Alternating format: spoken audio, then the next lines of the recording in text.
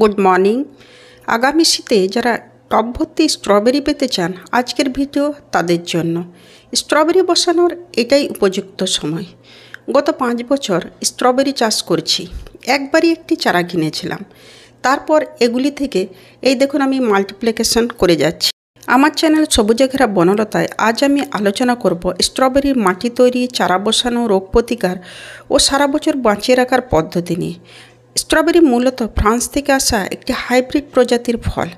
আমাদের পশ্চিমবঙ্গের মতো সমভূমি অঞ্চলে এটাকে আমরা অক্টোবর-নভেম্বর মাসে রোপণ করে থাকি। স্ট্রবেরি চারা বসানোর জন্য প্রথমবার কিন্তু এরকম কম গভীরতাযুক্ত চ্যাপ্টা একটা পট নিয়ে নেবেন। এই চ্যাপ্টা পটের সুবিধা হচ্ছে এর গভীরতা কম থাকে। দেখুন এর গভীরতাটা কম আছে। এরকম ছোট পটও কিন্তু আপনি নিয়ে নিতে পারেন। কম গভীরতাযুক্ত পট হলে হয় কি, সেক্ষেত্রে জল আটকায় না, স্ট্রবেরি চারা সারভাইভ করতে সুবিধা হয়। মাটি প্রস্তুতির জন্য এখানে দেখুন আমি নিয়ে নিয়েছি আমার রোদের শুকনো 2 ভাগ বালি মিশ্রিত ঝুরঝুরে মাটি আছে, আর এখানে আছে 2 মুঠো পরিমাণ কিচেন কম্পোস্ট। আপনি চাইলে গোবর সার নিতে পারেন, তবে ভালোভাবে কম্পোস্ট হয়ে যাওয়া গোবর সার হতে হবে, বা ভার্মি কম্পোস্টও কিন্তু আপনি নিতে পারেন। স্ট্রবেরি গাছ কিন্তু খুব বেশি খাবার দাবারের প্রয়োজন পড়ে না। যাতে জল না আটকায় বা সহজেই বেরিয়ে যেতে পারে এমনভাবে ড্রেনেজ সিস্টেম তৈরি করুন। আমি খোলাঙ্কুচিটা উল্টোভাবে ছড়িয়ে দিলাম, কিছু চিপস ছড়িয়ে দিচ্ছি যাতে আমার একটা বেড তৈরি হয়ে যায়। এখানে কিছু আধা ডিকম্পোস্ট পদার্থ দিয়ে দিলাম। আপনারা চাইলে কোকোপিটে ছিবড়াও দিতে পারেন। এরপরে দেখুন মাটির গভীরতা আমার 2-3 ইঞ্চি বরাবরই যথেষ্ট।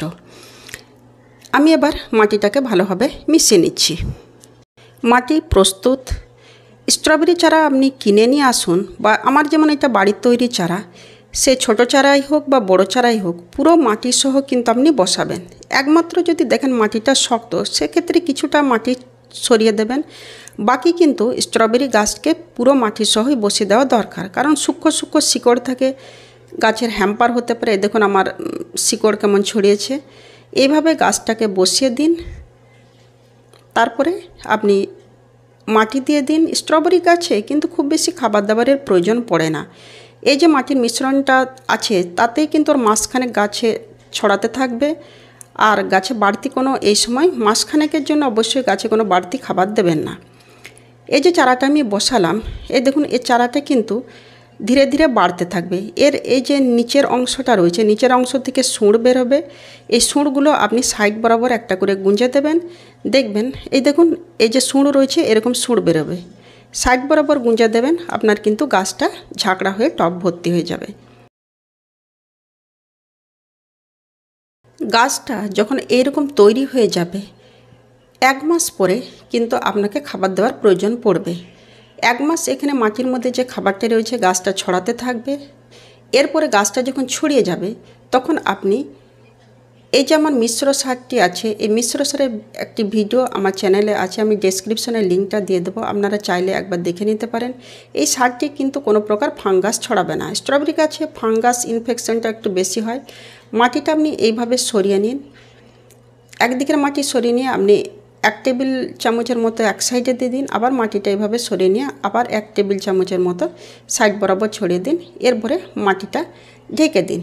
গাছ বসানোর পরে এরকম কিন্তু ডাইরেক্ট সানলাইটে রাখুন, না হলে কিন্তু ফল ফুল আসবে না। এই মাটির জন্য আমি অ্যান্টিফাঙ্গাস ব্যবহার করছি। অ্যান্টিফাঙ্গাস এটা সাপ অ্যান্টিফাঙ্গাস। আমি সাধারণত সাপ আর বেবিস্টিন এই দুটি অ্যান্টিফাঙ্গাসই ব্যবহার করে থাকি। এরপরে গাছটিকে এমন জায়গায় রাখুন যেন 4-5 ঘন্টা রোদ পড়ে, এবং রোদ শিশির সমস্ত গাছটির উপরে পড়তে দিন, তাহলে কিন্তু ভালোভাবে গ্রো করবে।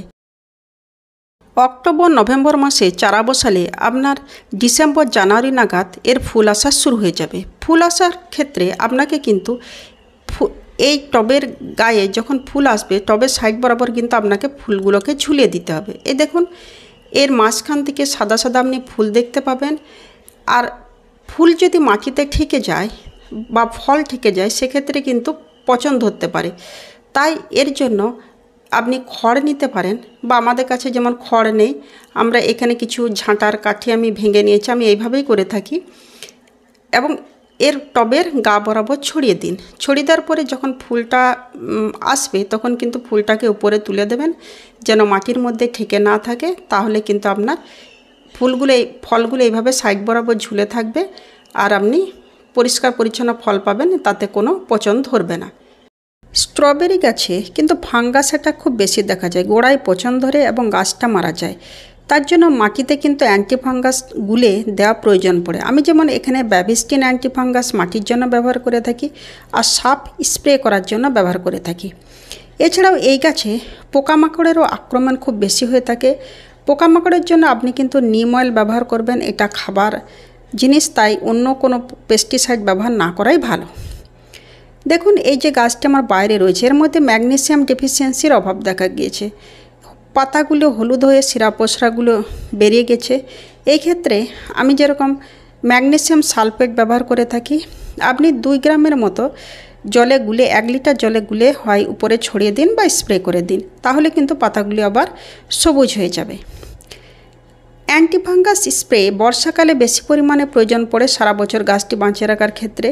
বর্ষায় আপনি 2 বার অ্যান্টিফাঙ্গাস স্প্রে করবেন, আর এমনি মাসে আপনার 1 বার করলেই চলবে।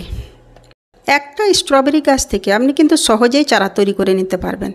এই দেখুন আমার স্ট্রবেরি গাছটি, এই যে সুঁড় বেরিয়েছে, এটা কিন্তু আপনি মাটির মধ্যে বসিয়ে বা এরকম আমি যেমন কাপ নিয়ে নিয়েছি নতুন করে চারা তৈরি করার জন্য, বসিয়ে আপনি কিন্তু সেপারেটভাবে চারা তৈরি করে নিতে পারবেন।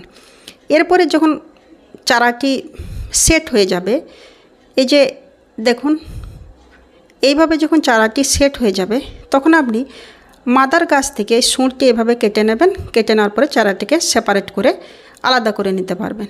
স্ট্রবেরি চারার প্রচুর দাম পড়ে, এভাবে আপনি কাউকে আনন্দ বিলি করতে পারেন, আবার নিজেও আনন্দিত হতে পারেন। পুরো ভিডিওটা দেখার পরে আপনার যদি প্রয়োজনের মনে হয় আমার চ্যানেলটা সাবস্ক্রাইব করে নেবেন, পছন্দ হলে লাইক কমেন্ট করবেন, প্রশ্ন থাকলে করবেন, আমি যথাযথ উত্তর দেওয়ার চেষ্টা করব। গাছ তৈরির মাধ্যমে আমাদের মনে এক অনাবিল আনন্দের সঞ্চার হয়, তাই সে ফলের গাছই হোক বা ফুলের গাছই হোক, পৃথিবীকে সবুজায়নের লক্ষ্যে এগিয়ে আসুন। সে আপনার ছাদ বাগানই হোক, বাড়ির উঠোন বা ছোট্ট বারান্দায় হয়ে উঠুক, আমাদের প্রথম পদক্ষেপ। গাছ করুন, শরীর আর মনে ভালো থাকুন। গাছ আমাদের মধ্যে এক অনাবিল আনন্দের সঞ্চার করে, আর সেই আনন্দধারা আপনি অপরের মধ্যে প্রবাহিত করে দিন। ভালো থাকবেন।